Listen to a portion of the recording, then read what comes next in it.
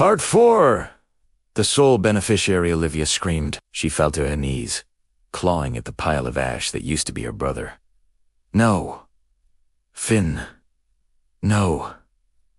Marcus stood frozen. For the first time in his life, the sharp angles of his face sagged. He looked at the pile of ash, then at the coin sitting atop it. The price of betrayal. Arthur's voice returned, smooth and satisfied. The youngest always pays for the sins of the elders. He ran out of time so you could learn the value of yours. You monster, Olivia shrieked at the ceiling. You killed him. I merely collected what was owed. Now, bring the truths to the library. The game ends where it began. Marcus walked forward. He reached down, avoiding Olivia's sobbing form, and picked up the third coin from the ash. It was warm. Marcus, don't.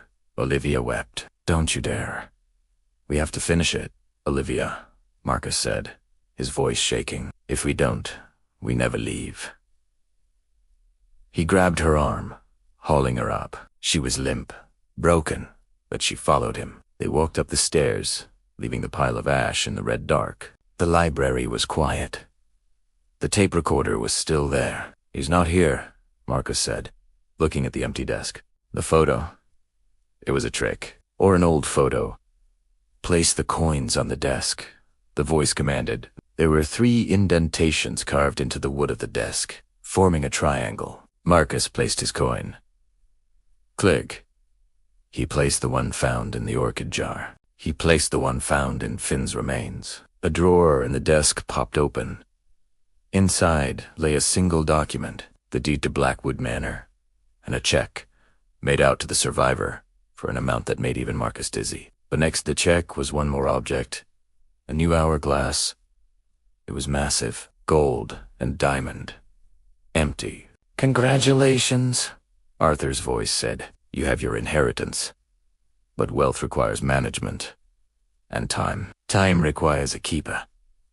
The library door slammed shut. The lock turned. The sand must flow. Children, one of you must stay. One of you must become the collector. The other is free to leave with the money. Marcus looked at the check.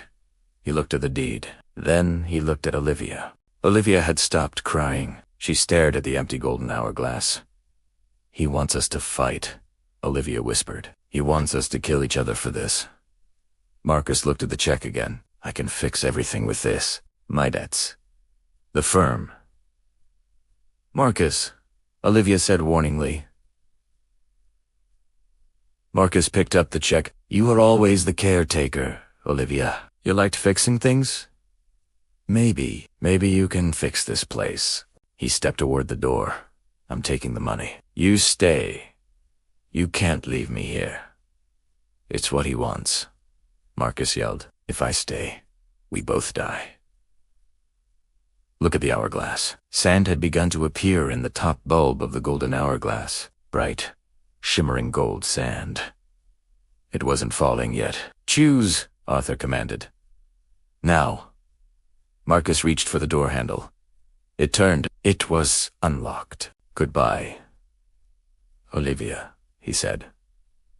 He didn't look back. He threw the door open and ran into the foyer. Toward the storm.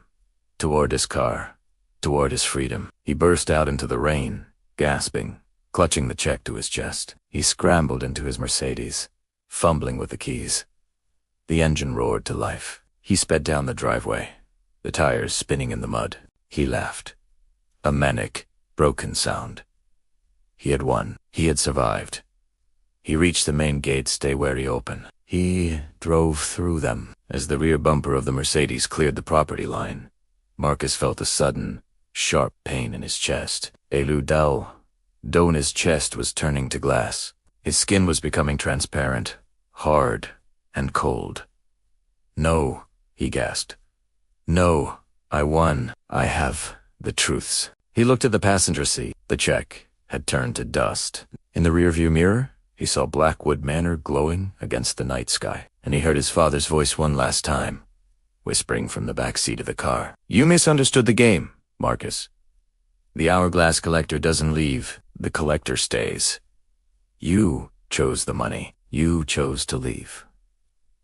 Therefore, your time is up, Marcus screamed as his body shattered. Back in the library, Olivia stood alone. The golden hourglass on the desk was no longer empty. It was full. The sand inside was silver. Olivia stared at it. She walked to the desk and sat in her father's chair. She picked up the deed. It was in her name now. She looked at the golden hourglass, then at the empty space where the rusted coil had been, then at the obsidian cage on the mantelpiece. "Welcome home, Olivia," she whispered to herself.